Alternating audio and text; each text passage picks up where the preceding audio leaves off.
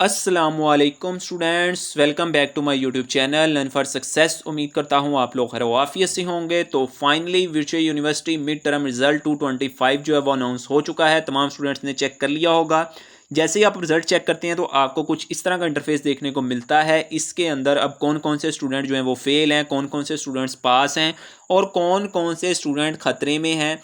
आज की वीडियो के अंदर हम ये तमाम डिटेल जो है वो डिस्कस करेंगे। किन स्टूडेंट्स ने फाइनल टर्म के अंदर नेक्स्ट ज़्यादा स्ट्रगल करनी है, ईच एंड एवरी डिटेल जो है हम आज वीडियो के अंदर डिस्कस करेंगे। और रिजल्ट के अंदर ये जो तमाम बॉक्सेस आपको शो हो रहे हैं, इनका क्या मतलब है, ये भी हम डिटेल के साथ डिस्कस करेंगे। वीडियो में आगे बढ़ने से पहले अगर आप हमारे चैनल पे न्यू हैं तो जल्दी से चैनल को सब्सक्राइब कर लो, बेल आइकन को प्रेस कर लो। इंशाल्लाह विर्चुअल यूनिवर्सिटी की तमाम अप टू डेट्स और तमाम इन्फॉर्मेशन आपको इसी चैनल पे देखने को मिलती हैं। वैसे तो आपने अपनी मर्जी से चैनल को सब्सक्राइब करना होता है, क्योंकि ये चैनल्स कौन सा कोई नाच गाने वाला है। अगर नाच गाने वाला हो तो फौरन आप चैनल को सब्सक्राइब भी कर लेते हो, वीडियो के नीचे कमेंट भी कर देते हो, वीडियो को लाइक भी कर देते हो।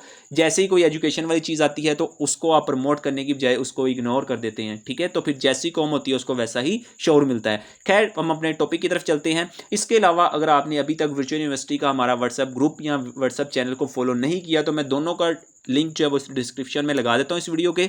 आप उनको भी फॉलो कर लें। वहाँ पे वर्चुअल यूनिवर्सिटी की तमाम अप टू डेट जो होती हैं वो बर वक्त स्टूडेंट्स को देता रहता हूँ। अब हम अपने टॉपिक को स्टार्ट करते हैं। सबसे पहले जब आप अपना रिजल्ट चेक करते हैं तो आपको कुछ इस तरह के बॉक्सेस शो होते हैं। अगर जिन स्टूडेंट्स को रिजल्ट चेक करना नहीं आता उन लोगों ने अपना आईडी पासवर्ड लगाना है। जैसे ही आप अपना आईडी स्टूडेंट आईडी पासवर्ड लगाओगे आपको इंटरफेस कुछ इस तरह का शो हो जाएगा, ठीक है। अगर आपको शो नहीं होता तो साइड पे आपको होम के नीचे ग्रेड बुक का ऑप्शन दिखाई देगा। ग्रेड बुक के ऊपर आप क्लिक करोगे, वहाँ पे आगे लिखा होगा मिड टर्म रिजल्ट। जब आप मिड टर्म रिजल्ट के ऊपर क्लिक करोगे तो आपको कुछ इस तरह का इंटरफेस शो हो जाएगा, ठीक है।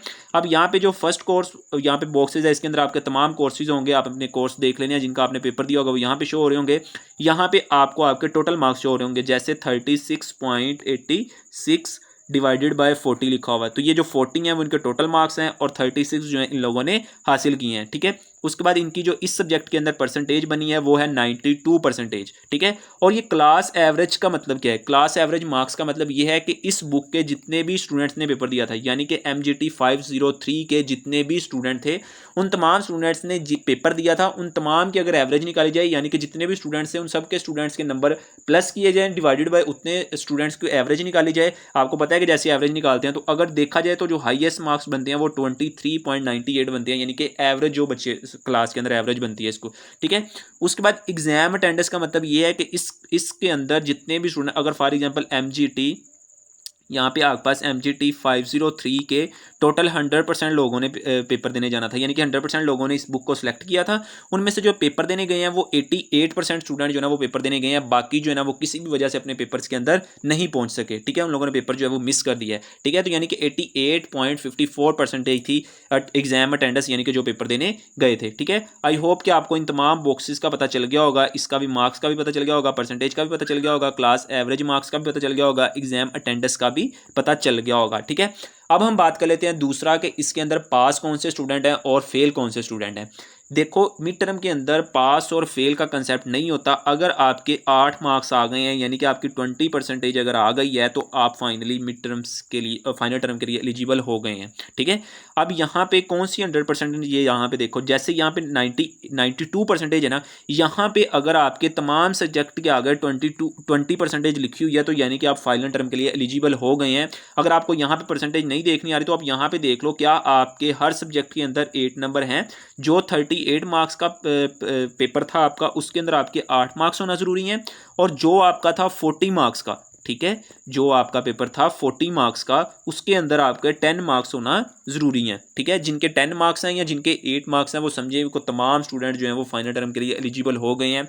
वो तमाम स्टूडेंट जो हैं वो फाइनल टर्म का पेपर दे सकते हैं, ठीक है। अब हम बात कर लेते हैं कौन से स्टूडेंट खतरे में हैं। जिनके स्टूडेंट्स के नंबर 15 से कम मार्क्स आए हैं, ठीक है, आपने अपना रिजल्ट जो है वो कमेंट बॉक्स में लाजमी बताना है कि आपका जो रिजल्ट आया है वो आपकी तवक्को के मुताबिक आया है, आपकी तवक्को से कम आया है या बहुत अच्छा आया है। कैसा आपका एक्सपीरियंस रहा है और आपका मिड टर्म का रिजल्ट किस तरह का आया, कमेंट बॉक्स में लाजमी बताइएगा।